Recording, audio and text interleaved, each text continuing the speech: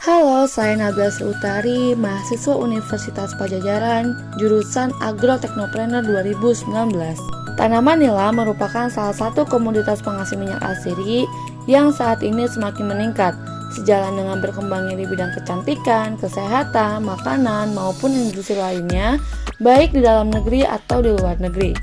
Mutu minyak nilam sangat dipengaruhi oleh kandungan pacoy alkohol yang merupakan komponen utama dalam minyak nilam. Salah satu syarat agar minyak asiri dari hasil penyulingan dapat diterima oleh pasar nasional maupun internasional, maka kualitas harus memenuhi standar ekspor, yaitu kadar pacoy alkohol minimal 30%. Potensi pengembangan industri minyak nilam dan peningkatan nilai tambah yang baik untuk budidaya tanaman nilam dapat ditentukan dari potensi lahan dan agroklimat yang baik. Dilihat di salah satu daerah yang memiliki peluang baik untuk pengembangan industri minyak asiri, khususnya tanaman nilam, yaitu Desa Ponggang, Kecamatan Sarangpanjang, daerah Subang. Maka dari itu, perlunya pengembangan industri minyak asiri melalui proses vaksinasi untuk peningkatan nilai tambah nilam berbasis pemberdayaan secara berkelanjutan. Kegiatan yang dilakukan selama magang di kedai Reka, kira-kira ngapain aja ya? Yuk kita lihat kegiatannya. Sosialisasi merupakan salah satu upaya untuk melakukan proses belajar yang dilakukan di Desa Ponggang, Kecamatan Sarangpanjang, mengenai budidaya tanaman nilam seperti pengenalan varietas nilam, syarat tumbuh nilam, pembibitan nilam, cara penanaman dan penyulaman nilam, pemberian pupuk, penanganan hama dan penyakit, sampai penanganan panen dan pasca panen yang baik dan yang benar. Tujuan perlunya dilakukan sterilisasi alat yaitu untuk membunuh mikroorganisme yang hidup dan yang menempel pada alat untuk proses penanaman dengan cara masukkan pada oven dengan suhu yang diatur 150 derajat Celcius. Media tanam MS merupakan media pertumbuhan yang digunakan di laboratorium untuk budidaya kultur jaringan dan diperlukan agar sel atau jaringan tanaman dapat tumbuh dan berkembang. Bahan utama yang digunakan yaitu agar-agar, HCl dan NaOH, Aquades, unsur makro dan mikro, vitamin, yang masing-masing bahan diracik sesuai dengan kebutuhan yang diinginkan dan masukkan ke dalam botol kultur.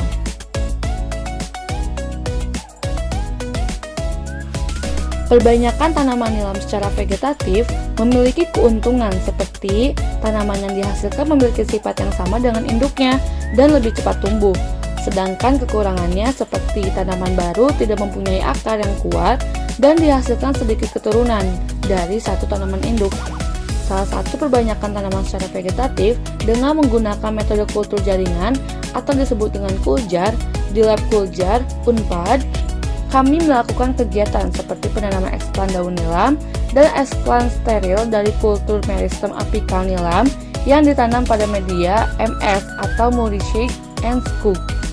Dikhawatirkan selama proses penanaman daun nilam ke dalam media tanam terjadi kontaminasi oleh mikroorganisme, baik bakteri atau jamur, dan agar daun tersebut tidak kotor dari hama yang menempel.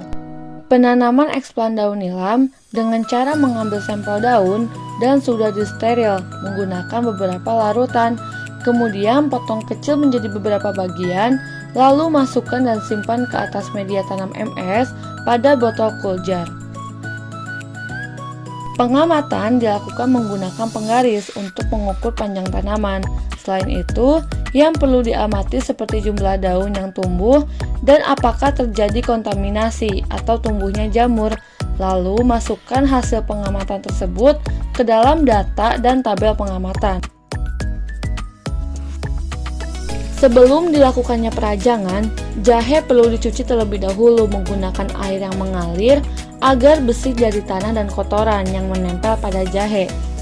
Perajangan ukuran jahe bertujuan untuk memperluas permukaan bahan, sehingga mempercepat penetrasi pelarut ke dalam bahan yang akan diekstrak.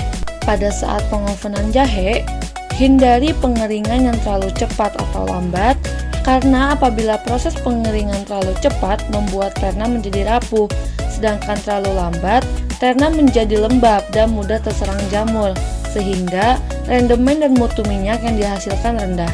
Pengeringan melalui oven yang memerlukan waktu selama kurang lebih 2 hari dengan suhu stabil 50 derajat Celcius.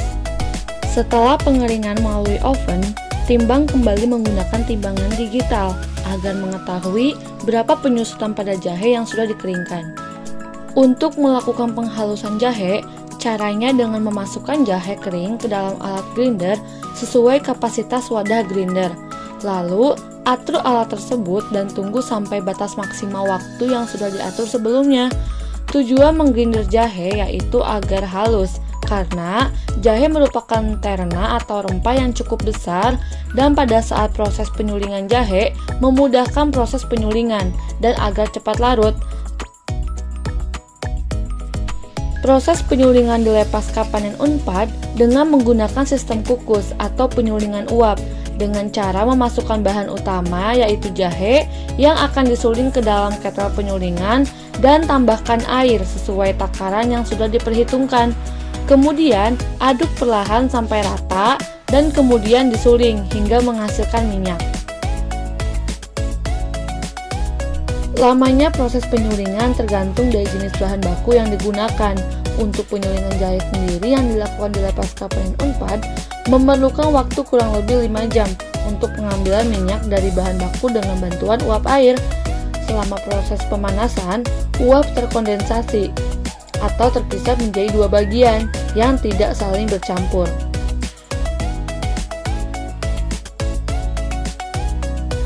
Sebelum dilakukannya penyaringan, terlebih dahulu menimbang natrium anhidrat sebanyak 10% dari jumlah minyak yang tersedia menggunakan timbangan analitik. Lalu, masukkan natrium anhidrat tersebut ke dalam oven selama 15 menit dengan suhu 120 derajat Celcius.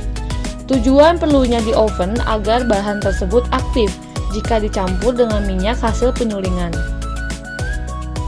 Pada saat pencampuran minyak hasil dari penyulingan menggunakan natrium anhidrat, agar teraduk rata, perlunya menggunakan alat pengaduk stirrer selama kurang lebih 30 menit. Tahap terakhir setelah pengadukan, selanjutnya saring kembali menggunakan kertas saring ke dalam gelas ukur.